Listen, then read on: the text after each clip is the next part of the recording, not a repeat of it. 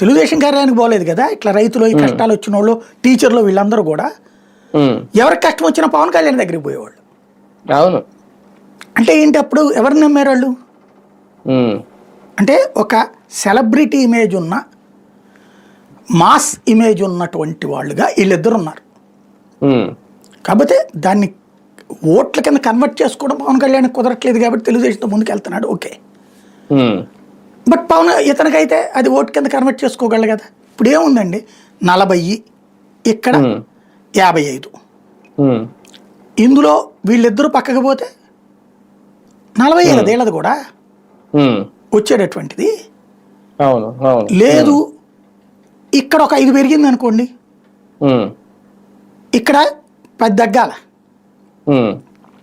ఇక్కడ ఒక 5 పెరిగింది అనుకోండి, ఆటోమేటిక్గా బ్యాలెన్స్ తేడా వస్తుందిగా.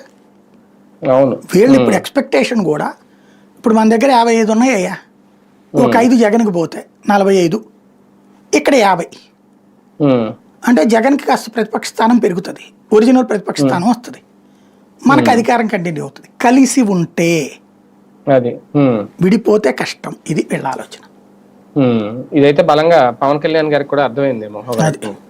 సరే, ఈ వారంలో ఒక రకంగా శ్రీకాళహస్తి మాజీ ఇన్ఛార్జ్ అని చెప్పాలి జనసేన, కోట వినోద్ గారికి ఆ కథకి సంబంధించి, ఆ కేసు, ఆ వ్యవహారానికి సంబంధించి జనసేన అధినేత పవన్ కళ్యాణ్ గారిని ఒక అయోమయంలో పడేసిందా ఆ మొత్తం ఆ వ్యవహారం? టీడీపీ జనసేన మధ్య కింద అంటే గ్రౌండ్ లెవెల్లో ఎలా ఉంది అనేది మరొకసారి ఆ నియోజకవర్గం నుంచి చెప్పకనే చెప్పిందా?